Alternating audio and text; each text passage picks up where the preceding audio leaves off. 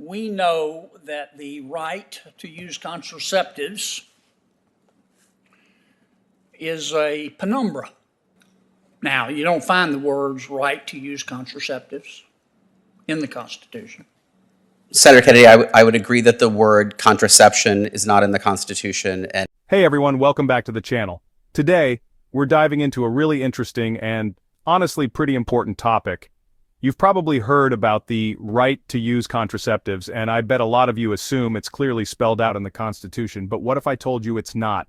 Yeah, there's no actual mention of contraceptives in the Constitution. So, where did this right come from and why does it matter? Let's break it down, talk about what's at stake, and ask ourselves, should the right to use contraceptives be more clearly defined?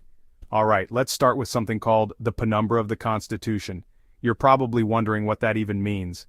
Basically, a penumbra refers to rights that are implied but not directly stated in the Constitution's text. The right to use contraceptives was recognized as one of those penumbras. Recently, Senator John Kennedy had a conversation about this, and it was pretty telling. He straight up said that we don't see the words contraceptives or right to use contraceptives in the Constitution.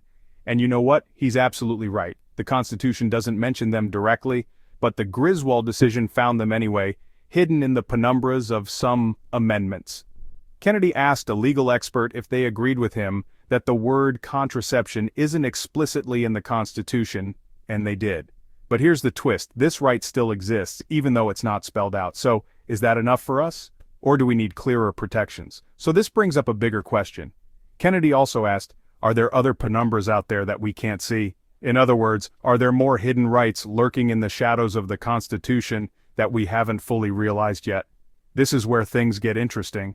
While the legal expert in this case wasn't aware of other rights found in the same way as the right to contraceptives, it's important to remember that the Supreme Court has recognized other rights that aren't directly in the text, like the right to marry, the right to travel, and the right to raise children. These rights, though not written out in the Constitution's black and white text, have been considered essential by the court for over 130 years. We know that the right to use contraceptives is a penumbra of the, you correct me if I'm wrong, First, Third, Fourth, Fifth Amendments to the Constitution. Now, you don't find the words right to use contraceptives in the Constitution. And I personally think people ought to have the right to use a contraceptive, by the way. But we know that that right was found as a penumbra of those amendments in Griswold v. Connecticut. But we can't see it in the Constitution. Is that a pretty fair statement? Senator Kennedy, I would agree that the word contraception is not in the Constitution, and like you, my understanding is that the Supreme Court decision that recognizes that right is Griswold versus Connecticut, yes. Okay. Are there other penumbras that we can't see? Senator Kennedy, I'm not aware of any Supreme Court decision other than Griswold that used the specific word penumbra. Do you think there are other penumbras out there, lurking out there, that we can't see?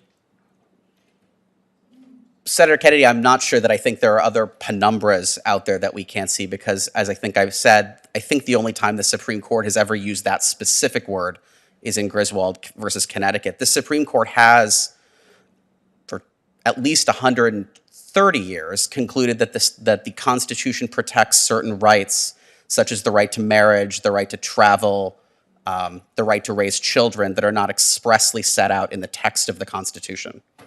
So, are we comfortable with a Constitution that leaves some rights implied, or should we push for clearer definitions? So now that we know the right to contraceptives is tucked away in the penumbras of the Constitution, the question becomes this: is that enough? Should we be okay with the right being implied, or should it be more clearly stated and protected? Think about it. If a right is hidden, couldn't it be taken away more easily? With recent debates and legal decisions around other rights, it's worth asking, should something as important as reproductive rights be more explicitly protected in the Constitution? If you enjoyed this breakdown or learned something new, make sure to give this video a thumbs up and subscribe for more discussions like this one. As always, thanks for watching, and I'll see you in the next one.